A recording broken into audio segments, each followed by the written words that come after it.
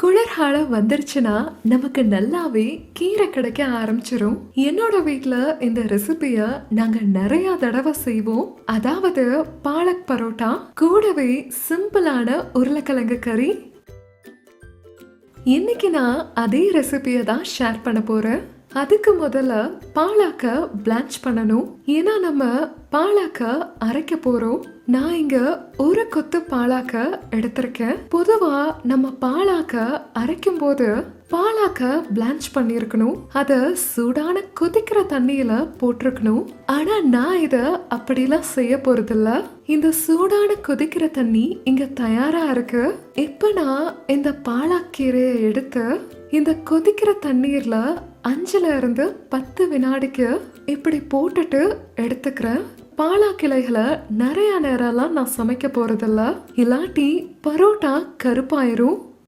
இங்க பாருங்க, வெறும் 5-10 வினாடிகள்லயே பாலக்கிளைகள் மென்மையா மாறிடுச்சு. கலருமே மாறாம இருக்கு. இப்ப நான் அதை எடுத்து ஒரு ஐஸ் தண்ணியில போட்டுக்கிறேன்.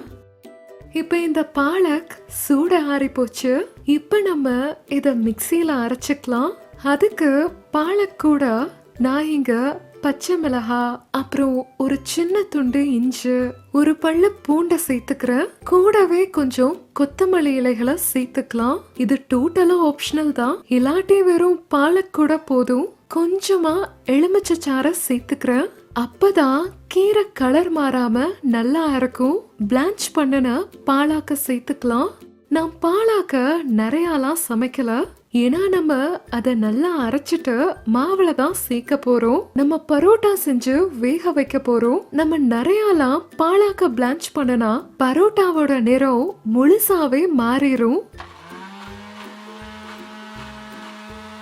இங்க பாருங்க, பாலக்கீரைய நல்லாவே அரைச்சாச்சு. இப்ப இதுல இருந்து நம்ம மாவை பிசையலாம். நான் 1 கப் கோதுமை மாவை எடுத்திருக்கேன். இந்த பரோட்டாவை நீங்க மைதாவிலையும் செய்யலாம். இப்ப கொஞ்சமா உப்பை சேர்த்துக்கலாம், அப்புறம் கொஞ்சமா ஓமம் சேர்த்துக்கலாம், கொஞ்சமா வெள்ளை எல்லாம் சேர்த்துக்கிறேன்.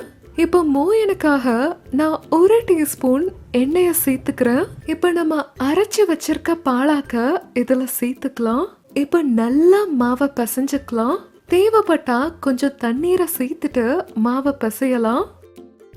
இப்ப மாவு தயாராயிருச்சு. கொஞ்சமா எண்ணெய தடவிட்டு இத ஊற வைக்கலாம். இப்ப மாவு ஊற வரைக்கும் நம்ம கறியை செய்ய ஆரம்பிக்கலாம். உருளைக்கிழங்கு கறி செய்ய முதல்ல ஒரு கடாயில கொஞ்சமா எண்ணெய ஊத்திக்கிறேன். இந்த கறியில வெங்காயம் அப்புறம் பூண்டு இல்லாம ரொம்ப சிம்பிளாவே செய்யறேன், ஏன்னா பரோட்டா மாவுல பூண்டை சேர்த்திருக்கோம். இப்ப எண்ணெயில 1 டீஸ்பூன் கடுகு, 1 டீஸ்பூன் சீரகத்தை சேர்த்துக்கிறேன், 1 சிட்டிகை பெருங்காயம், கூட கொஞ்சம் கருவேப்பிலை. இந்த நேரத்துல நான் உலர்ந்த மசாலாக்களை சேர்த்துக்கிறேன். நான் ஃப்ளேமை கம்மி பண்ணிருக்கேன். கொஞ்சமா மிளகாய் தூள் அப்புறம் மஞ்சத்தூள் சேர்த்துக்கலாம்.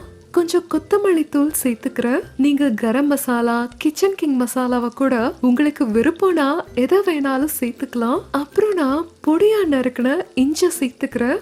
உண்மையில மசாலா சேர்க்கறதுக்கு முன்னாடி சேர்த்திருக்கணும், ஆனா மறந்துட்டேன். எல்லா மசாலாவையும் நல்லா ஸ்லோ ஃப்ளேம்ல வறுத்துக்கலாம். ஸோ மசாலாவோட நல்ல வாசனை கிடைக்கும். உப்பை சேர்த்துக்கலாம். இது ரொம்ப எளிமையான ஒரு கறி, அப்புறம் நிமிஷத்துலயே செஞ்சிடலாம். இது காலை உணவுக்கு ரொம்ப ஏத்தது. இப்ப தக்காளிய சேர்த்துக்கிறேன். ஒரு நடுத்தர அளவுல இருக்கிற ஒரு தக்காளி சேர்த்துக்கலாம்.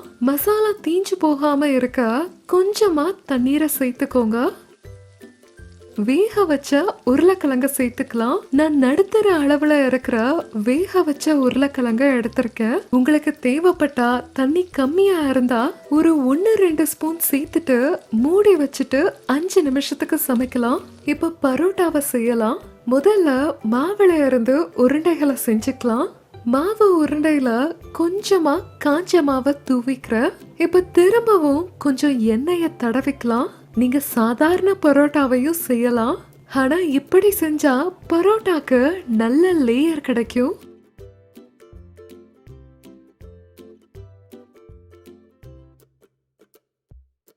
பாருங்க, சுவையான முக்கோண வடிவ பரோட்டா உருட்டியாச்சு. உங்களுக்கு வேணும்னா நீங்க நெய், எண்ணெய் இல்லாட்டி வெண்ணெய தடவிக்கலாம். கொஞ்சமா எண்ணெய தடவிட்டு சமைச்சுக்கிறேன். நான் சொன்ன மாதிரியே நல்லா அழகான லேயர் வந்திருக்கு. நான் இத பத்தி தான் உங்ககிட்ட சொல்லிட்டு இருந்தேன். இப்ப பரோட்டா சமைக்கப்பட்டு தயாரா இருக்கு. இது மாதிரியே எல்லாத்தையும் செஞ்சுக்கலாம். கறியும் தயாரா இருக்கு, பரோட்டாவும் தான். கறியில கொஞ்சமா கொத்தமல்லி தலைய சேர்த்துக்கலாம், பரிமாறிக்கலாம். பாலக் பரோட்டாவை வச்சுக்கலாம். இந்த பரோட்டாவில ரொம்ப நல்ல வாசம் வருது. இது நீங்க செய்யும் போது உங்களுக்கு தெரியும். இப்ப இங்க தயாராயிருச்சு சூடான சுவையான பாலக் பரோட்டா கூட சிம்பிளான உருளைக்கிழங்கு கறி.